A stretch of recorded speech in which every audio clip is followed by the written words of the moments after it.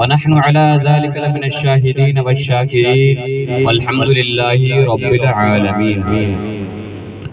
معزز سامعین کرام، ابھی میں نے جس آیت کریمہ کی تلاوت کرنے کا شرف حاصل کیا ہے، اس پر کچھ گفتگو کرنے سے پہلے، اس پر کچھ عرض و معروض کرنے سے پہلے، آئیے ہم سب مل کر آقا نامدار، مدینے کے تاجدار، دونوں جہاں کے مالک و مختار، جن کے صدقے میں یہ زمین بنی، جن کے صدقے میں آسمان بنا، جن کے صدقے میں یہ دو جہاں بنے، جن کے صدقے میں ہمیں یہ اتنی نعمتیں ملی، آئیے اس گنبد خضرا میں آرام فرمانے والے آقا وہ مولا جناب احمد مجتبیٰ محمد صلی اللہ علیہ وسلم کی بارگاہ میں درود و سلام کا نذرانہ پیش کریں۔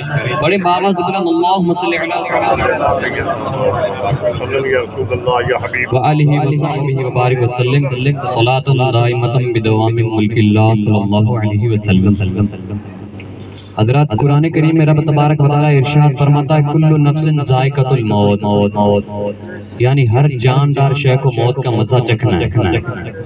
دنیا میں ایسا کوئی نہیں ہے جو پیدا ہوئے اور جس کو مرنا نہ ہو۔ اللہ تبارک و تعالیٰ نے ارشاد فرمایا کل نفس ذائقۃ الموت، یعنی ہر جاندار شے کو موت کا مزہ چکھنا ہے۔ ہر جاندار شے کو موت کا مزہ چکھنا ہے۔ ہر جاندار آدمی کو مرنا ہے، چاہے وہ 72 سالہ عمر میں مرے، چاہے 80 سالہ عمر میں مرے، چاہے 2 سالہ عمر میں مرے، چاہے 22 سالہ عمر میں مرے، ہر جاندار شے کو موت کا مزہ چکھنا ہے۔ دنیا میں ایسا کوئی نہیں ہے جو یہ کہہ سکتا ہو کہ میں نہیں مروں گا، اور جنہوں نے کہا ہے تو آپ ان کے حالات دیکھ لیں۔ وہ امریکہ کا ایک بندہ کہتا تھا میں 250 سال عمر جیوں گا، اس کے ساتھ فوجیں چلا کرتی تھی، 250 ڈاکٹر چلا کرتے تھے، اس کا پانی لائبریری میں چیک ہو کے آیا کرتا تھا، اور انجام کیا ہوا؟ 62 سالہ کی عمر میں اس کی موت ہو گئی۔ اور جنہوں نے یہ کہا ہے کہ ہم نہیں مریں گے، یا پھر جنہوں نے اپنی خدائی کا دعویٰ کیا، یا پھر جو بھی حکم الہی کے خلاف گیا، آپ ان کے حالات دیکھ لیں، ان کے حالات کیا ہیں، اور آپ خود اپنے ہمارے خود کے حالاتوں پہ نظر ڈالیں کہ ہمارے حالات کیا ہیں۔ ہمیں سب کو پتا ہے کہ مرنا ہے۔ اب ہمیں پتا ہوتا ہے کہ ہمارا کھیت ہے، ہمیں ہمارے کھیت کی جتائی کرنی ہے، تو ہم اس کا انتظام پہلے کر کے رکھتے ہیں، ٹریکٹر کا، ڈیزل کا، سب کا انتظام کرتے ہیں نا، آپ کسان ہیں، کرتے ہیں آپ لوگ۔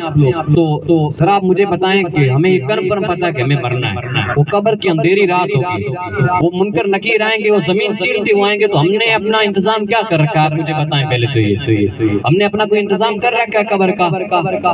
ہم یہ کہتے ہیں کہ رسول اللہ صلی اللہ علیہ وسلم قبر میں آئیں گے، ہمارا ایمان ہے، وہ آئیں گے، ہم ان کا دیدار کریں گے، مگر وہ جب پوچھیں گے کہ میں نے دنیا میں تم نے میرے لیے کیا کیا، تو بتاؤ کوئی جواب ہے کسی کے پاس میں؟ ہے کسی کے پاس جواب؟ حضور کہیں گے میں نے تمہارے لیے اتنی تکلیفیں جھیلی، میں نے اپنی امت کے لیے اتنا کچھ کیا، اور میری امت نے کیا کیا؟ ہمارے پاس کوئی جواب ہے؟ آج ہم دنیا کی رنگیوں میں اتنا کھو چکے ہیں، اتنا آگے نکل چکے ہیں، ہمیں کچھ ہمارا خود کا ہوش نہیں ہے، ہم کیا کر رہے ہیں، ہمیں خود کا ہمارا پتہ نہیں ہے، ہمیں یہ نہیں پتا کہ ہم حلال کھا رہے ہیں یا حرام کھا رہے ہیں، ہمیں یہ نہیں پتا ہے کہ ہم یہ کام صحیح کر رہے ہیں غلط کر رہے ہیں۔ ہم دنیا میں اتنا آگے نکل چکے ہیں، بس ہمارا یہ ہے کہ ہمیں بس دولت کمانی ہے، وہ چاہے بھائی کا دل دکھا کے کمائے، پڑوسی کا حق مار کے کمائے، یا کسی غیر طریقے سے کمائے، ہمیں دولت کمانی، ہمیں دنیا کمانی ہے۔ آج مسلمان دنیا کو ہی اپنی جنت سمجھ بیٹھا ہے، سب کچھ دنیا کو سمجھ بیٹھا ہے۔ یہ دنیا 2 دن کا کھیل ہے، یہ دنیا ہمیشہ نہیں رہے گی، یہ بندے کو ہمیشہ اس دنیا میں نہیں رہنا، آخر ایک نہ ایک دن جانا ہے۔ وہ کرایہ دار کوئی کسی مکان میں آتا ہے تو اس کو یہ پتا ہوتا ہے، وہ اپنا انتظام پہلے سے کر کے رکھتا ہے کہ مجھے 2-4 دن میں یہاں سے جانا ہے۔ جب ہمیں کنفرم پتا ہے ہمیں مرنا ہے تو ہم اپنا انتظام کیوں نہیں کر رہے ہیں؟ ہمیں پتا ہے ہمیں مرنا ہے، وہ قبر کی اندھیری رات ہوگی، ہمیں جانا ہے، تو ہم اپنا انتظام کر ہی نہیں رہے۔ آج ہمیں یہ نہیں پتا ہے ہم سے ہمارا بھائی ناراض ہے، ہم سے ہمارا پڑوسی ناراض ہے، ہم سے ہمارا رشتہ دار ناراض ہے، بس ہم یہ چاہتے ہیں ناراض ہو تو ہو، ہمیں بس دنیا کمانی ہے، ہمیں بس پیسہ کمانا ہے۔ وہ یہ نہیں دیکھتے کہ میں بھائی کا حق کھا رہا ہوں یا نہیں کھا رہا ہوں، میں باپ کا حق کھا رہا ہوں یا نہیں کھا رہا ہوں، میں باپ کا ادب کر رہا ہوں نہیں کر رہا ہوں، بس مجھے دولت کمانی ہے۔ ہمیں اور کسی چیز کا خیال ہی نہیں رہتا ہے، بس مجھے دولت کمانی ہے۔ آج ہم بھائی کا حق کھا رہے ہیں، بہن کا حق کھا رہے ہیں، اور ہمیں اتنا کچھ نہیں پتا کہ ہم کیا کر رہے ہیں۔ ہم نے لوگوں کے اتنے دل دکھا دیے، ہمیں خود کو ہوش نہیں ہے۔ ہم صبح کھڑے ہوتے ہیں، ہمارے پاس یہ نہیں پتا ہوتا ہے ہم کو کہ آج ہم سے کوئی ناراض ہے یا نہیں ہے، ہمیں یہ نہیں پتا ہوتا ہے کہ آج ہم زندہ رہیں گے یا نہیں۔ صبح کھڑے ہوتے ہیں، سب سے پہلے یہی فکر میں آتا ہے کہ ہاں یہ میرا کام رہ گیا، یہ کرنا ہے۔ وہ اللہ کے بندے، اللہ کی عبادت بھی تو کرنی ہے نا، اس کی بارگاہ میں جان جانا ہے ایک دن تو انتظام پہلے کر کے رکھو نا. ہم سے ہمارے رشتہ دار ناراض ہیں, ہم سے ہمارا پورا پریوار ناراض ہے, ہمیں اس بات کی فکر نہیں ہے, ہمیں اس بات کا وہ کوئی احساس ہی نہیں ہے کہ ہم سے ہمارا کوئی ناراض ہے. حضرت عمر رضی اللہ تعالیٰ عنہ کا بڑا ہی مشہور قصہ ہے. فجر کی نماز کے بعد حضرت عمر اپنی دور خلافت کے زمانے میں فجر کے بعد پورے اپنے چکر لگایا کرتے تھے, تو لاسٹ میں 2 گلیاں باقی رہ گئی. جب 2 گلیاں باقی رہی تو جانے لگے تو ایک جھونپڑا تھا, کچا سا جھونپڑا تھا مکہ میں. تو حضرت عمر نے دیکھا کہ اس کے اندر ایک رونے کی آواز آ رہی ہے. جب اندر گئے تو بوڑھی اماں رو رہی تھی. پوچھا اماں آ جاؤں؟ تو اماں نے کہا جا دوڑ جا, تو تیرا کام کر, تجھے مجھ سے کیا لینا. حضرت عمر نے یہ نہیں بتایا کہ میں عمر ابن خطاب ہوں, میں شہر کا حکمران ہوں, یہ نہیں بتایا. کہا اماں مجھے اندر آنے دے. بڑی منتوں کے بعد میں حضرت عمر کو اندر آنے کی اجازت ملی. عمر آتے ہیں, دیکھتے ہیں کہ بوڑھی اماں رو رہی ہیں. پوچھتے ہیں اماں کیا ہوا؟ تو کہتی ہے کہ میں غریب ہوں, میری اولاد کوئی نہیں ہے, شوہر انتقال کر گیا ہے, مجھے عمر سے بڑی شکایت ہے, 25 دینار کا میرے اوپر قرضہ ہو گیا. عمر نے میرا حال ہی نہیں کوئی پوچھا. حضرت عمر فرماتے ہیں اماں عمر کو پتہ نہیں ہوگا. تو کہا ایسے کیسے نہیں پتہ ہوگا؟ عمر کو کہنا چھوڑ دے حکمرانی, اس کے سپرد کرے جو ہمارا خیال رکھ سکتا ہو. عمر کو کوئی پتہ نہیں ہے ہمارے حالاتوں کے بارے میں. حضرت عمر فرماتے ہیں اماں عمر کو معاف کر دے, عمر کو پتہ نہیں ہے. حضرت عمر نے اپنے غلام کو لیا, اپنے گھر پہ دوڑے چلے گئے. جانے کے بعد کھانا بنایا, اناج لیا اور اپنے کندھے پہ لے کے چلنے لگے. تو غلام نے کہا حضور یہ آپ مجھے دے دیں. غلام نے کہا حضور یہ جو تھیلا ہے آپ مجھے پکڑا دیں. تو حضرت عمر نے کہا بتاؤ تم کل بھروسے قیامت میرا بوجھ اٹھاؤ گے؟ تو غلام نے کہا حضور میں نہیں اٹھاؤں گا. تو کہا آج بھی عمر کو اٹھانے دو, آج بھی یہ. حضرت عمر مائی کے پاس لے کر آئے, اپنے ہاتھوں سے کھانا کھلایا. کھانا کھلانے کے بعد کہتے ہیں اماں عمر کو معاف کر دے. وہ کہتی ہے نہیں میں عمر کو معاف نہیں کروں گی, مجھے عمر سے بڑی شکایت ہے, 3 دن سے میں بھوکی تھی, میرے اوپر قرضہ تھا, عمر نے میرا حال ہی کوئی نہیں پوچھا. تو کہتے ہیں اماں عمر کو پتہ نہیں تھا, عمر کو معاف کر دے. تو کہتی مجھے ایک بار جانے دو, میں مصطفیٰ کے پاس عمر کی شکایت کروں گی. جب یہ سنتے ہیں تو حضرت عمر رونے لگتے ہیں, تڑپنے لگتے ہیں حضرت عمر, اور کہتے ہیں کہ اماں مجھے معاف کر دے. حضرت نافع رضی اللہ تعالیٰ لکھتے ہیں کہ میں نے جس عمر کے سامنے میں نے کیسر و کسرا کے بادشاہ کو کانپتے ہوئے دیکھا, اس عمر کو میں نے اس بوڑھی اماں کے سامنے روتے اور کانپتے ہوئے دیکھا کہ اماں عمر کو معاف کر دے. عمر کو پتہ نہیں ہے, عمر کی شکایت نہ کرنا, عمر ایک کمزور ہے, عمر اتنا وزن نہیں اٹھا پائے گا, یہ عمر شکایت کام نہیں کر پائے گا. کہتے ہیں اماں عمر کو معاف کر دے. تو بوڑھی اماں کہتی ہے کہ تو مجھے آدمی اچھا لگتا ہے, جب تیری وجہ سے میں نے عمر کو معاف کیا. حضرت عمر فرماتے ہیں اماں ایسے نہیں, کاغذ پہ اوپر لکھ کے دے مجھے کہ تو نے مجھے معاف کر دیا, کل بروز قیامت تو ان سے یہ سوال نہیں کرے گی. تو اماں کہتی ہے ٹھیک ہے. حضرت عمر نے کاغذ کے اوپر لکھا اور کہا کہ اماں اس کے اوپر اپنے دستخط کر دو. دستخط جیسے ہی دستخط کرنے لگی, حضرت علی رضی اللہ تعالیٰ عنہ آتے ہیں اور کہتے ہیں عمر تم یہاں. جب بوڑھی اماں نے سنا کہ یہ وقت کا بادشاہ عمر ہے تو بوڑھی اماں کھڑی ہو گئی. عمر نے کہا نہیں اماں تم نے وعدہ کیا ہے کہ تم سائن کرے گی اور تو نے مجھ کو معاف کر دیا ہے. بوڑھی اماں نے سائن کیے. حضرت عمر ابن خطاب رضی اللہ تعالیٰ عنہ حضرت علی سے کہتے ہیں کہ علی تم بھی بطور گواہ سائن کرو کہ اماں نے مجھے معاف کر دیا ہے. معاف کرنے کے بعد حضرت عمر رضی اللہ تعالیٰ عنہ حضرت علی سے کہتے ہیں کہ علی میں تم سے پہلے انتقال کر جاؤں گا اور میری یہ وصیت ہے کہ جب میں مر جاؤں تو اس کاغذ کو, اس دستخط کیے ہوئے کاغذ کو تم میری کفن کے اوپر رکھ دینا, اور اگر کل بروز قیامت مصطفیٰ پوچھیں گے کہ تم نے کیا کیا ہے میری امت کے لیے, تو میں کہہ دوں گا کہ ایک بوڑھی اماں کو راضی کر کے آیا ہوں. وہ وقت کا بادشاہ وہ حضرت عمر ابن خطاب رضی اللہ تعالیٰ عنہ جن سے بادشاہ کانپا کرتے تھے, جن کو دیکھ کے شیطان اپنا راستہ بدل لیا کرتا تھا, وہ بس چھوٹی سی بات کے لیے اتنا کانپنے لگ جاتے ہیں. اور ہمیں یہ خیال ہی نہیں ہے کہ ہم سے ہمارا کوئی ناراض ہے راضی ہے. آج ہم کہتے ہیں اگر ناراض ہے تو ہے رہنے دو, اگر ہمیں کیا ہے ناراض ہے تو ہے. آج اگر ہمارے 2 بھائیوں کے بیچ اگر کوئی جھگڑا ہو جاتا ہے اور اگر کوئی بات ہو جاتی ہے تو کہتے ہیں کہ جاؤ وہ جانے دو, میرا اس سے بول چال نہیں ہے, میرا اس سے کوئی تعلق نہیں ہے. حضرت امیر معاویہ رضی اللہ تعالیٰ عنہ حضرت علی کے دوران بیچ میں جنگ ہو رہی تھی, تو مصر کے بادشاہ نے کہا کہ میں آپ کے اوپر, حضرت علی کو خط لکھا کہ میں آپ کے اوپر حملہ کروں گا. خط حضرت علی کو لکھا, جواب حضرت امیر معاویہ نے دیا. امیر معاویہ سے جنگ ہو رہی ہے, جواب حضرت امیر معاویہ نے دیا, کہا سنو روم کے کتے, تو نے حملہ کرنے کے لیے علی کو کہا ہے, تیرے اوپر جواب امیر معاویہ دے گا. علی سپہ سالار ہوگا اور امیر معاویہ اس کا سپاہی ہوگا. ذرا سوچیں, اس نے کہا, حضرت امیر معاویہ نے کہا کہ ہم آپس میں کتنی جنگ کریں, ہم آپس میں ہمارا کتنا بھی جھگڑا ہو, ہمارے بیچ میں کوئی تیسرا نہیں آ سکتا. تو آج ہم سوچیں اگر سیم یہی کنڈیشن ہمارے بھائیوں کے بیچ ہو تو ہم کہیں گے جاؤ مرنے دو, سے ہمیں کیا ہے اس سے, نہ ہمارا اس سے بول چال ہے نہ کچھ ہے. تو ہمیں اپنے بھائیوں کا ان کا خیال ہی نہیں ہے. ہم کہتے ہیں بس ہمیں ہمارا کام چاہیے, ہمارا کام نکل جائے, ہمیں دنیا کی کوئی پرواہ ہی نہیں ہے, ہمیں اپنے آخرت کی کوئی پرواہ نہیں ہے, ہمیں یہ نہیں پتا ہم سے کوئی ہمارا بھائی ناراض ہے, ہم سے کوئی ہمارا بھائی راضی ہے یا ناراض ہے. اگر آج کوئی انتقال ہو جاتا ہے, میں نے ایسے ایسے لوگوں کو دیکھا ہے, کسی کا انتقال ہو جاتا ہے وہ لوگ کہتے ہیں کہ اچھا ہوا مر گیا, وہ جان چھوٹی, اتنے اس نے برے کام کیے تھے, اتنا اس نے ہمیں ستایا تھا. جب جائیں خدا را جب جائیں تو آپ کے پیچھے لوگ کہنے والے ہوں کہ آدمی وہ بڑا اچھا تھا, بڑا نیک آدمی تھا, لوگوں کا خیال کرنے والا تھا, غریبوں کو دیکھنے والا تھا. خدا را غریبوں کا خیال کیا کریں اور اپنی آخرت کو سنوارنے کی کوشش کریں. شہر بغداد سرکار غوث اعظم کے شہر کا بڑا ہی مشہور قصہ ہے. حضرت ایک نوجوان غریب لڑکا تھا اور وہ بغداد کے مزدور کے چوک میں بیٹھا تھا, تو ایک اللہ کے ولی تھے, نیک بڑے بزرگ بندے تھے, تو ان کے گھر میں کوئی کام نکل آیا تو وہ مزدور کو لینے کے لیے گئے. بغداد کے چوک میں گئے نا جب, تو مزدوروں کو دیکھا, لائن سے مزدور بیٹھے تھے. پہلے کے زمانے میں ایسا ہوتا تھا, مزدوروں کا ایک چوک ہوتا تھا, اس میں مزدور بیٹھا کرتے تھے. اور آپ فرماتے ہیں کہ جب میں نے دیکھا کہ ایک نوجوان 18-19 سالہ عمر ہے اس کی, کمزور شریر ہے, وجود اتنا کمزور ہے, کوئی طاقت نہیں ہے شریر میں, مگر چہرہ چمک رہا ہے, ماتھے پہ عبادت کا نشان ہے, ماتھا بتاتا ہے کہ نماز کا بڑا خیال رکھنے والا ہے. آج کل ہمارے حال یہ ہو گئے کہ ہم اگر امام صاحب کہتے ہیں نماز پڑھنے کے لیے آیا کرو, تو امام صاحب کہتے ہیں امام صاحب ہمارا کھیت کا کام ہم سے پورا نہیں ہوتا ہے, ہماری بھیڑیں ہم سے چرائی نہیں جاتی, اگر نماز پڑھیں گے تو ان کو کون سنبھالے گا. ذرا سوچو کل بروز قیامت یہ بھیڑیں اور یہ کھیت نہیں ہمارے کام آئیں گے, یہی ہمارے خلاف گواہی دیں گے. ذرا سوچا تو کریں نا آپ کہ یہی ہمارے خلاف, ہمارے خود کے ہاتھ, ہمارے خود کے منہ, ہمارا خود کا شریر ہمارے خلاف گواہی دے گا کہ اللہ اس نے مجھے اس سے یہ کام, مجھ سے یہ گناہ کروائے تھے.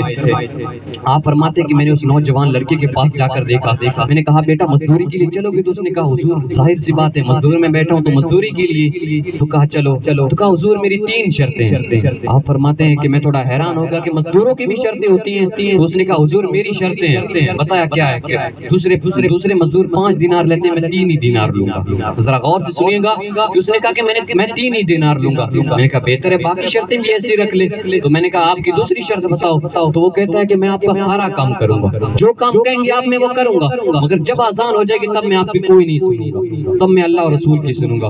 بتاتے ہیں تیسری شرط بتاؤ. تو نوجوان لڑکا کہتا ہے کہ میں آپ کا پورا کام کروں گا, مگر میں آپ کو کسی سوال کا جواب نہیں دوں گا. آپ کہتے ہیں ٹھیک ہے چلو, مزدوری کے لیے چلے گئے. جب ان کے گھر پہ پہنچتے ہیں کہتے ہیں کام نکل آتا ہے, میں اس کو کام بتاتا گیا, لڑکا کرتا گیا. جو مزدور ایک دن میں کام کیا کرتے تھے وہ اکیلا لڑکا 2 گھنٹے میں کام کر دیا کرتا تھا. تو کام میں برکت بھی تو ہوتی ہے نا, انسان میں برکت ہوتی ہے, انسان کے ہاتھوں میں بھی تو برکت ہوتی ہے نا.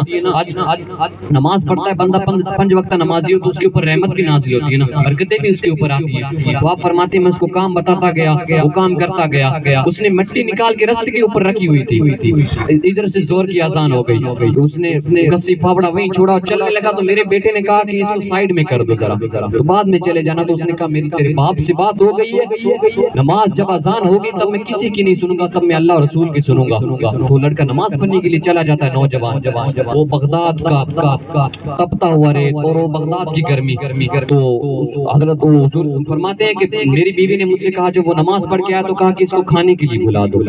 جب میں نے اسے کھانے کے لیے کہا کہ کھانا کھا لو, تو وہ کہتا ہے نہیں مجھے روزہ ہے. تو آپ فرماتے میں حیرانی میں پڑ گیا, نہ ہی رمضان چل رہا ہے, نفلی روزہ رکھا ہوا ہے. وہ بغداد کی تپتی ریت اور وہ بغداد کا گرم موسم, اور وہ اتنی سخت گرمی میں اس بچے نے روزہ رکھا ہوا ہے, نوجوان نے, اور وہ کام کر رہا ہے, اس کے ماتھے پہ شکن کا کوئی نشان نہیں ہے. تو کام کرتا گیا. جیسے ہی شام ہوئی میں نے اس کی مزدوری دی, اور میں نے کہا بیٹے تمہارا نام تو بتا دو کیا ہے. تو وہ کہتا ہے میں نے آپ سے پہلے ہی کہا تھا میں اپنا نام نہیں بتاؤں گا, آپ مجھ سے کوئی سوال کریں گے میں آپ کے سوال کا جواب نہیں دوں گا. تو کہتے ٹھیک ہے. وہ چلا گیا. جب میں صبح اس کو لینے کے لیے گیا تو دوسرے مزدوروں نے کہا کہ آج وہ نہیں آیا. تو میں نے کہا ایسا کیوں؟ تو اس نے دوسرے مزدوروں نے بتایا کہ وہ کہتا ہے کہ میرا ہفتے کا خرچہ 3 دینار ہے, جب وہ نکل جاتا ہے تو میں اللہ رسول کی عبادت کرتا ہوں, صرف میں تب کسی کی نہیں سنتا, پھر میں اللہ رسول کے ذکر میں مشغول رہتا ہوں.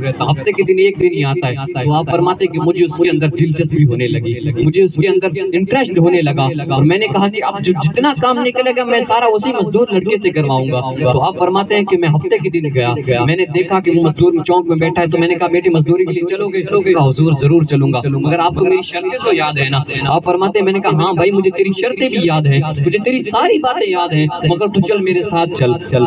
وہ ساتھ چلا گیا. کئی ہفتوں تک یہی سلسلہ لگاتار جاری رہا. ایک دن جب میں بغداد کے چوک میں گیا تو میں نے دیکھا کہ وہ لڑکا وہاں پہ مزدور نہیں بیٹھا. میں نے دوسرے لوگوں سے پوچھا وہ کیوں نہیں آیا تو انہوں نے کہا کہ وہ بیمار ہو گیا. تو میں نے پوچھا اس کا گھر کہاں ہے؟ گھر کہاں ہے؟ تو بتایا کہ بغداد کے قبرستان کے پیچھے ایک گلی ہے اور کچا مکان اس کا ہے. تو فرماتے میں اس کے دروازے پہ گیا, دروازہ کھلا تھا. جیسے ہی میں نے اندر دستک دی تو کہا حضور آپ آئیں, آ جائیے, دروازہ کھلا ہے. ہمارا حال یہ ہے کہ آج امیر غریب کے دروازے پہ نہیں جاتا ہے. تو فرماتے کہ تمہیں کیسے پتا کہ میں آؤں؟ اس نے کہا کہ غریبوں کے دروازے پہ آپ جیسے نہیں آنا ہوتا ہے, ورنہ امیر تو غریب کے دروازے پہ کوئی نہیں آتا. امیر تو غریب کے دروازے پہ کوئی نہیں آتا. آج حال یہ ہے کہ امیر غریب کے دروازے پہ جانے کو اپنی بے عزتی سمجھتا ہے. ظاہراً بات یہ ہے کہ وہ اپنی بے عزتی سمجھتا ہے. کہتا ہے کہ میں اگر غریب کے دروازے پہ جاؤں گا تو لوگ کہیں گے کہ اس کا اٹھنا بیٹھنا غریبوں کے ساتھ میں. تو میں آپ کو بتا دوں کہ پیارے آقا صلی اللہ علیہ وسلم نے غریبوں کے ساتھ بیٹھنا پسند فرمایا, نہ کہ امیروں کے ساتھ بیٹھنا پسند فرمایا. تو آپ فرماتے میں اندر گیا, دیکھا کہ تپتا بخار ہے, سخت بخار ہے. تو اس نے اپنی جیب سے کچھ روپے نکال کے دیے اور کہا کہ حضور آج رات کو میرا انتقال ہو جائے گا. فرمایا کہا کہ آج رات کو میرا انتقال ہو جائے گا اور یہ لے ان پیسوں سے آپ میرا کفن خرید کے میرا جنازہ پڑھ دیجئے. اور اس نے مجھے ایک چاندی کی سونے کی انگوٹھی دی اور کہا کہ جب میرا جنازہ پڑھ دیا جائے تو عصر کے بعد ہارون رشید کے پاس چلے جانا. بادشاہ تھا ہارون رشید, کہا کہ ہارون رشید کے پاس چلے جانا اور کہنا کہ مجھے تجھ سے ملنا ہے. ظاہر سی بات ہے وہ بادشاہ آپ سے ملنے کو نہیں کہے گا, آپ سے ملے گا نہیں تو آپ اسے کہہ دینا کہ تیری ایک امانت میرے پاس ہے. تھوڑی دیر بعد وہ فرماتے ہیں کہ تیرا نام کیا ہے؟ تو لڑکا کہتا ہے کہ حضور مجھے رب سے بڑی لمبی معافی مانگنی ہے, آج رات کو میرا انتقال ہو جائے گا, مجھے میرے رب کے لیے اکیلا چھوڑ دے, مجھے بڑی لمبی معافی مانگنی ہے. تو فرماتے ہیں ٹھیک ہے. میں وہاں سے نکل آیا, جب میں اپنے گھر پہ آیا تو پوری رات مجھے اس کی باتوں نے سونے نہیں دیا, پوری رات اس کی باتوں نے سونے نہیں دیا. بڑی مشکل سے سویرا ہوا اور جب سویرا ہوا تو میں 2-4 آدمیوں کو لے کے اسی کے گھر پہ گیا. دروازہ کھولا تھا, جیسے میں نے دروازہ کھولا کیا دیکھتا ہوں کہ خوشبوئیں میرا استقبال کر رہی ہیں, خوشبوئیں میرا استقبال کر رہی ہیں. جب میں اندر داخل ہوا تو اس قدر سویا ہوا تھا, اس لڑکے کا انتقال ہو گیا اور اس قدر سویا ہوا تھا کہ جیسے کسی کا دیدار کر کے سویا ہو, جیسے کسی کا دیدار کر کے سویا ہو. اور جب میں نے دیکھا کہ چہرہ چمک رہا ہے, انتقال ہو گیا. میں تو 2-4 آدمی لے کر آیا تھا, پتہ نہیں خلقت کہاں سے آئی ہوئی تھی. وہ پنجابی کے شعر نے کہا تھا نا, آنکھاں جدوں میٹھیاں زمانہ مینوں روے گا, اپنا تے اپنا بیگانہ مینوں روے گا. تے جدوں میں نہ دسیا میں خاراں نوں وچ میں خانے دے, جام ٹوٹ جان کے تے میں خانہ مینوں روے گا. آپ فرماتے ہیں کہ میں نے تو 2 آدمی لے کر گیا تھا, پتہ نہیں مخلوق کہاں سے آئی ہوئی تھی, پتہ نہیں لوگ کہاں سے آئے ہوئے تھے. اللہ والوں کا ایسا ہی ہوتا ہے. ہم ظاہری دنیا میں سمجھتے ہیں ان کو جاننے والا کوئی نہیں ہے, مگر اصلیت تب پتہ چلتی ہے جب وہ اس دنیا سے رخصت کر جاتے ہیں. تب دیکھتے ہیں کہ لوگ جنازے میں کس قدر آیا کرتے ہیں. جنازہ ہو گیا, نماز جنازہ کے بعد جب میں نے دفن کیا اور عصر کے بعد میں وہ انگوٹھی لے کے ہارون رشید کے پاس گیا. جب میں نے ہارون رشید سے ملنے کو کہا تو ظاہر سی بات سی بادشاہ تھا, مجھے اس نے ملنے سے انکار کر دیا. تو میں نے کہا کہ تیری ایک امانت میرے پاس ہے. جب ہارون رشید نے سنا تو مجھے کونے میں لے گیا اور پھر کہا کہ بتاؤ کیا بات ہے. تو میں نے اس کو جب انگوٹھی دکھائی نا تو ہارون رشید تڑپ کے رونے لگا. تو میں نے کہا تو ہارون رشید نے کہا کہ یہ انگوٹھی والا کہاں ہے؟ تو میں نے کہا اس کا انتقال ہو گیا. ہارون رشید بیٹھ گیا, رونے لگا, زاروں قطار رونے لگا. ہارون رشید نے کہا کہ مجھے اس کی قبر پہ لے چل. جب میں اس کی قبر پہ لے گیا اس نوجوان لڑکے کی وقت کے بادشاہ ہارون رشید کو, تو ہارون رشید لیٹ گیا, قبر سے لپٹ کے رونے لگا. تو میں نے کہا میرا کلیجہ پھٹ جائے گا, نہ اس نے کچھ بتایا نہ تو نے بتایا, آخر بتا تو صحیح یہ ہے کون؟ تو ہارون رشید کہنے لگا میرا بیٹا ہے, یہ نوجوان میرا بیٹا ہے. تو آپ فرماتے ہیں کہ میرے پیروں تلے سے زمین نکل گئی کہ وقت کے بادشاہ کا بیٹا اور ایک معمولی سا مزدور. تو ہارون رشید نے کہا کہ یہ حضرت داؤد طائی کے پاس بیٹا کرتا تھا, ان کا مرید تھا اور مجھ سے کہا کرتا تھا ابا تو نے بڑی دولت کما لی ہے, تو نے بڑی دنیا کما لی ہے, مرتے وقت تجھ سے تیرے پاؤں سمیٹے نہیں جائیں گے, آ جاؤ اللہ رسول کی بارگاہ میں لوٹ آؤ. تو میں سمجھا دیا کرتا, اس کی امی سے سمجھا دیا کرتی, پھر وہ یہی رٹ لگا تھا. اور ایک دن یہ سب کچھ چھوڑ کے چلا گیا. اس نے کہا پھر ٹھیک ہے, آپ کا رستہ اور ہے, میرا رستہ اور ہے. اس نے سب کچھ چھوڑ دیا. غلطی سے اس کی انگوٹھی, ہیرے کی انگوٹھی میرے پاس رہ گئی, اس کے پاس میری یہ انگوٹھی اس کے پاس چلی گئی. اور دیکھا آج میرے بیٹے نے اس کو بھی واپس کر دیا ہے. ہارون رشید کہتا ہے کہ تھا تو میرا بیٹا مگر یہ میرا مرشد نکلا. آج اللہ تبارک و تعالیٰ کی بارگاہ میں دعا ہے ہمیں بھی اپنی بارگاہ میں اس طرح قبول فرمائے. وہ بابا بلے شاہ کا شاعر ہے نا, اٹھ بلیا سدیا داڑھی آ گئی یہ بھور اگا رہ گئی تھوڑا پچھا رہ گئی دور اٹھ بلیا ستیا جھاڑو دے مسید تو ستا ہے رب جاگدہ تیری ڈاڈے نہ پرید اللہ تبارک و تعالیٰ کی بارگاہ میں دعا ہے کہ کہنے سننے میں جو بھی غلطی ہو اپنے حبیب کے صدقے میں معاف فرمائے اور نیک بزرگوں کے صدقے میں نیک لوگوں کے صدقے میں ہمیں بھی ان کے نقش قدم پر چلنے کی توفیق عطا فرمائے وما علینا الا البلاغ السلام علیکم